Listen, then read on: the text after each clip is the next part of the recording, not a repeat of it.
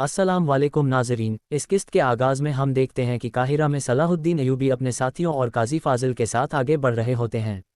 लोग उन्हें देखकर कहते हैं, जंगी यहाँ पर क्यों आए हैं? क्या हमने इन्हें निकाल नहीं दिया था? लोगों का ये रवैया देखकर सलाहुद्दीन अय्यूबी कहते हैं, इन सब को हमें कबूल करने पर राज़ी करना आसान नहीं होगा। तो काजी फाजिल कहते हैं, अल्लाह का शुक्र है कि अब आपके पास मुहरबंद दस्तावेज़ हैं जो खलीफा की तरफ से आपकी खास दावत की तस्दीक करते हैं। मैंने उन सिपाहियों को भी आने का कह दिया है जो पीछे रह गए थे, लिहाजा फिक्र न करें। तो जवाब में सलाहुद्दीन अय्यूबी कहते हैं, अल्लाह करे लतीफ़ कोई ऐसी दवा बनाए जो बीमारी में शिफा दे। तो काजी फाजिल कहते हैं, अगर ऐसा हो गया तो फिर कोई ताकत आपको मिस्र से बाहर नहीं निकाल सकती। और फिर सलाहुद्दीन अय्यूबी कहते हैं, अब सबसे अहम चीज़ ये जानना होगा कि गेहूं कहाँ से और किससे हासिल की जाएगी। तो काजी फाजिल कहते हैं, मुझे अब दीवान में जाने की इजाज़त नहीं है। मेरे लिए ये जानना मुश्किल हो गया है कि शहवार क्या करने का इरादा रखता है और किस चीज़ की मंसूबाबंदी कर रहा है। उसी लम्हे कामिल उनके पास आता है और कहता है, बहुत से लोग हैं जो मुश्किल मामलों में आसानी पैदा करते हैं। काजी फाजिल, मुझे आपको कुछ बताना है। ये सुनकर सलाहुद्दीन अय्यूबी उसे हैरानी से देखने लगते हैं। मुहाफिजों को हुक्म मिलता है कि सर काट दो। तो जौहर कहता है, काजी फाजिल। वह चुपके से उसे अंदर ले आया और खलीफा हजरत के इलाज के बहाने दाखिल हुआ। वह अपने साथ हकीम लतीफ़ को लाया है। ये सुनकर शहवार कहता है, मुझे खलीफा के इलाज से कोई सरोकार नहीं। उन्हें फ़ौरन गिरफ्तार किया जाए और मेरे सामने लाया जाए। ये सुनते ही जौहर रवाना हो जाता है। बाहर बालिन लोगों से मुखातिब होकर कह रहा होता है, अब हम नहीं बोलेंगे बल्कि हमारी तिजारत व्यापार खुद बोलेगी। यह इकट्ठे जीतने का वक्त है। उधर सलाहुद्दीन अय्यूबी आगे बढ़ते हुए काजी फाजिल से पूछते हैं, क्या आपको यकीन है कि कामिल सच कह रहा है? आखिर वह शहवार का बेटा है, शायद ये खेल हो। तो जवाब में काजी फाजिल कहते हैं कि आलिम जालिम से और जालिम आलिम से जन्म लेता है। मुझे जिसने सोने का मकाम बताया और नक्शा दिया, वह कामिल ही था मेरे अमीर। ये सुनकर सलाहुद्दीन अय्यूबी पूछते हैं, वह गोदाम कहाँ है जिसके बारे में कामिल बात कर रहा था? तो काजी फाजिल कहते हैं, मानफिल्द में। इधर लोगों को राज़ी करने के बाद बालिन भी आगे बढ़ रहा होता है। आगे बढ़ते बढ़ते उसका सामना सलाहुद्दीन अय्यूबी से होता है। उन्हें देखकर बालिन कहता है, अमीर सलाहुद्दीन, मैंने सुना था कि आपको मिस्र से निकाल दिया गया है। तो सलाहुद्दीन अय्यूबी कहते हैं, मैं तुम्हें बताना चाहता हूं कि जिस शहवार के साथ तुम काम कर रहे हो उस पर भरोसा न करो वरना तुम्हारी भी उल्टी गिनती शुरू हो जाएगी। तो जवाब में बालिन कहता है, हम यहाँ सिर्फ तिजारत के लिए आए हैं। तो जवाब में सलाहुद्दीन अय्यूबी कहते हैं, कब से फ़ौज के साए में तिजारत होने लगी है? तो बालिन कहता है, यकीनन तुम्हें मालूम होगा कि हम खुद को क्यों महफूज रखते हैं। तो सलाहुद्दीन अय्यूबी कहते हैं, गज़्ज़ा से निकलते वक्त मैंने तुमसे कुछ कहा था, उन लोगों से दूर रहो जिनके साथ तुम हो, उनसे अपने आप को आलूदा मत करो। देखो, तुम्हारे जूते पहले ही कीचड़ से भर चुके हैं, अगर तुमने ये रास्ता न छोड़ा तो फिर मुझे इसे साफ करना पड़ेगा। तो बालिन पूछता है, तुम ये कैसे करोगे? तो जवाब में सलाहुद्दीन अय्यूबी कहते हैं, जिसे पानी साफ नहीं करता उसे आग साफ करती है। ये सुनते ही बालिन आगे बढ़ जाता है। सलाहुद्दीन अय्यूबी को देखते हुए मैला जमशेद से कहती है, सलाहुद्दीन, लगता है कि तुम वापस मेरी गिरफ्त में आ गए हो। उसी लम्हे जौहर अपने सिपाहियों के हमराज वहां पर आ जाता है और कहता है, हम आपको दरवाजे से निकालते हैं तो आप खिड़की से दाखिल हो जाते हैं अमीर सलाहुद्दीन। तो जवाब में सलाहुद्दीन अय्यूबी कहते हैं, नहीं दरवाज़ा तुम्हारा है और न ही खिड़की। और फिर जौहर काजी फाजिल की जानिब देखते हुए कहता है, काजी फाजिल, आपके बिना यह मुमकिन नहीं था। तो काजी फाजिल कहते हैं, क्या पहले वाली मुश्किलात काफ़ी नहीं थीं? अपने सिपाहियों को वापस ले जाओ। तो जवाब में जौहर कहता है, यकीनन मैं ले जाऊंगा, लेकिन पहले मुझे एक छोटा सा काम करना है। अमीर सलाहुद्दीन, क्योंकि आप बगैर इजाज़त के काहिरा में दाखिल हुए हैं, आपको वज़ीर के हुक्म से हिरासत में लिया जाता है। ये सुनते ही सलाहुद्दीन अय्यूबी के साथी भी अपनी तलवारें निकाल लेते हैं और चौकस हो जाते हैं। सलाहुद्दीन अय्यूबी कहते हैं, तुम्हारे सिपाही गलत शख्स की जानिब अपनी तलवारें कर रहे हैं। मुसलमानों की सरजमीन पर जबरन दाखिल होने वाला सलीबी ताजिर वह इस जगह खड़ा है। और बालिन की जानिब इशारा करते हैं। फिर कहते हैं, अपने वज़ीर को मुत्तला कर देना कि दुश्मन के साथ उसका इत्तेहाद उसका तख्त नहीं बचा सकेगा, उसका अंजाम भी दरगाह जैसा ही होगा, बल्कि उससे भी बदतर। फिर जौहर सिपाहियों से कहता है, इसकी मजीद बातें न सुनो, पकड़ लो इसे।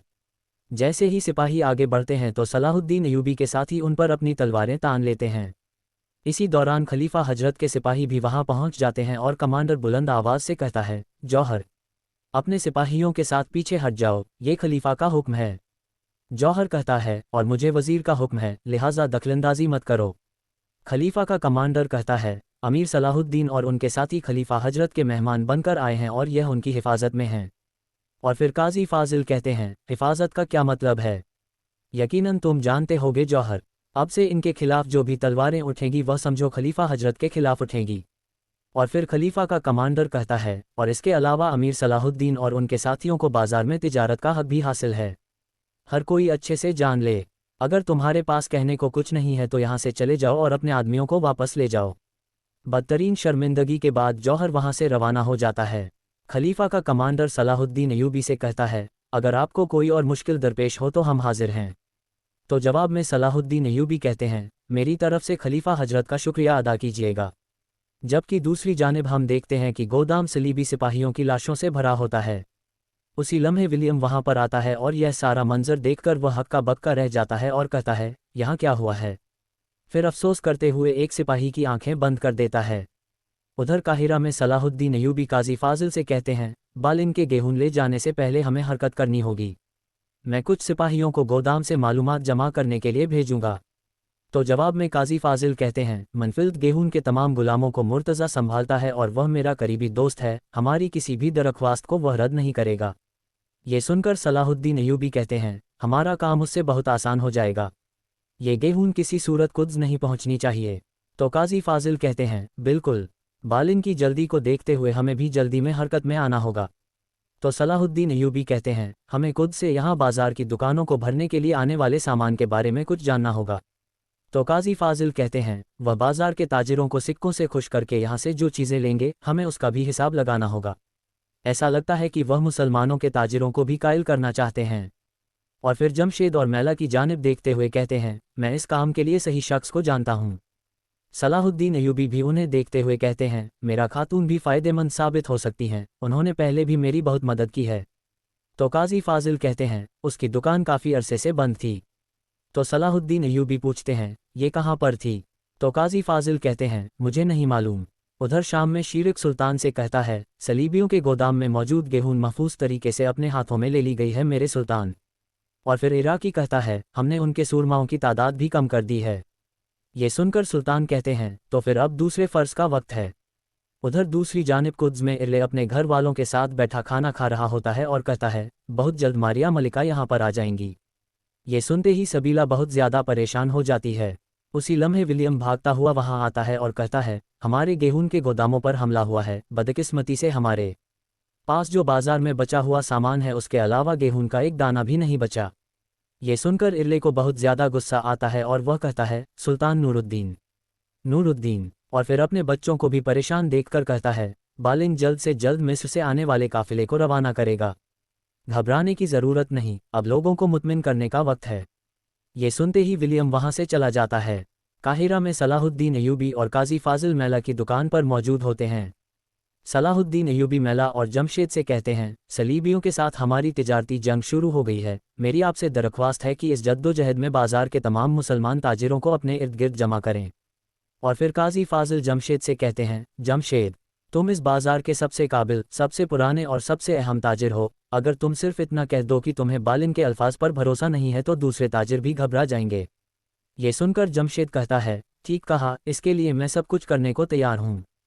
वह कहते हैं कि हम मिलकर तिजारत करेंगे, बस ये झूठी कहानियाँ हैं। वह जो कुछ हमारा है हमसे छीनने आए हैं। और फिर मैला कहती है, जमशेद बिल्कुल ठीक कह रहा है, ये हम में से किसी के लिए भी अच्छा नहीं होगा। लेकिन वह बहुत सारा सरमाया लेकर आए हैं, उनके हाथ यूरोप तक फैले हुए हैं, हम उनका मुकाबला कैसे करेंगे? तो सलाहुद्दीन अयूबी कहते हैं, हम हाथ पर हाथ रखकर नहीं बैठेंगे, हम उनके हमलों का मुनासिब जवाब देंगे, आप बिल्कुल फिक्र न करें। और फिर जमशेद खुश होते हुए कहता है, बहुत खूब, चलो करते हैं, मैं अच्छी तरह जानता हूं कि मुझे किससे बात करनी होगी। ये कहते ही जमशेद काजी फाजिल के साथ वहां से चला जाता है। इसी दौरान बाहर से शमसा आगे बढ़ते हुए दुकान में सलाहुद्दीन अयूबी और मैला को आमने सामने देखती है। सलाहुद्दीन अयूबी जैसे ही जाने लगते हैं तो मैला उनसे कहती है, आपको दोबारा काहिरा में देखकर बहुत खुशी हुई, इससे कोई फ़र्क नहीं पड़ता कि आपके रास्ते में क्या रुकावटें आएंगी, बस कभी हिम्मत मत हारिए। ये सुनकर सलाहुद्दीन अयूबी कहते हैं, और दुश्मन भी कभी हथियार नहीं डालेगा। आपके ख्याल में वह कहाँ से शुरू करेंगे? आपने बाजार में इसके बारे में ज़रूर कुछ सुना होगा। आपने कहा था कि आप नहीं हैं, लेकिन आपकी खबरें पुरानी हैं, तो बताइए, क्या आपको किसी खबररसा ने कोई खबर दी? तो जवाब में मैला कहती है, उन्होंने अभी तक ऐसा कुछ नहीं बताया, लेकिन जैसे ही मुझे कुछ मालूम होगा तो मैं आपको खबर भेज दूंगी। सलाहुद्दीन अय्यूबी उसके हाथ में मौजूद कंगन को बहुत गौर से देख रहे होते हैं। यह मंजर देखते हुए शम्सा की आंखें भर आती हैं और वह उस लम्हे को याद करती हैं जब शीर्क सलाहुद्दीन अय्यूबी से कह रहा था, देखो मैंने अभी तक सब्र किया और खामोश रहा, लेकिन अब बहुत हो गया है। हर चीज़ की हद होती है। ये लड़की एक ऐसी है मजीद ये कि वह गाना गाती है। क्या तुम चाहते हो कि तुम्हारे बच्चों की परवरिश एक ऐसी औरत से हो? इस ख्याल के बाद शम्सा अत्तर लेने के लिए दुकान में दाखिल होती है और सलाहुद्दीन अय्यूबी का सामना होने पर कहती है, मैं लैला के साथ खरीदारी करने निकली थी तो सोचा क्यों न कोई अत्तर भी ले लें। क्या कोई खास बातचीत चल रही है? तो सलाहुद्दीन अय्यूबी कहते हैं, ऐसा खास तो कुछ भी नहीं, मैं बस जाने ही वाला था, आप आइए। और फिर सलाहुद्दीन अय्यूबी लैला से उसका हाल चाल पूछते हैं तो लैला कहती है, मैं ठीक हूँ, जब से शम्सा बहन आई हैं हमसे यूँ लगता है कि जैसे सारी दुनिया मेरी ही है। सलाहुद्दीन अय्यूबी जैसे ही जाने लगते हैं तो मैला कहती है, मैं आपकी वापसी का इंतज़ार करूंगी। इसके साथ ही सलाहुद्दीन अय्यूबी वहां से चले जाते हैं और मैला शम्सा से कहती है, शम्सा खातून, आपने मेरी दुकान पर आकर मुझे शर्फ बख्शा, मैं आपकी मदद कैसे कर सकती हूँ? तो शम्सा हैरानी से कहती है, मुमकिन है कि मैं न जान पाऊँ, आपकी आवाज़ और खूबसूरती के पूरे काहिरा में चर्चे हैं। तो शम्सा कहती है, ऐसा लगता है कि आपने हाल ही में ये दुकान खोली है। तो मैला कहती है, बिल्कुल, मैं अत्तर के मैदान में बहुत मशहूर हूँ। मैंने सुना था कि आपने शहर छोड़ दिया है। तो शम्सा कहती है, हाँ अब मैं वापस आ गई, मैं अब काहिरा में ही रहती हूँ, मुझे एक अत्तर चाहिए। मैला उसे एक अत्तर दिखाती है तो शम्सा कहती है, यह अच्छा है, मैं यही लूँगी। मैला उससे रकम लेने की बजाय तोहफे में उसे दे देती है।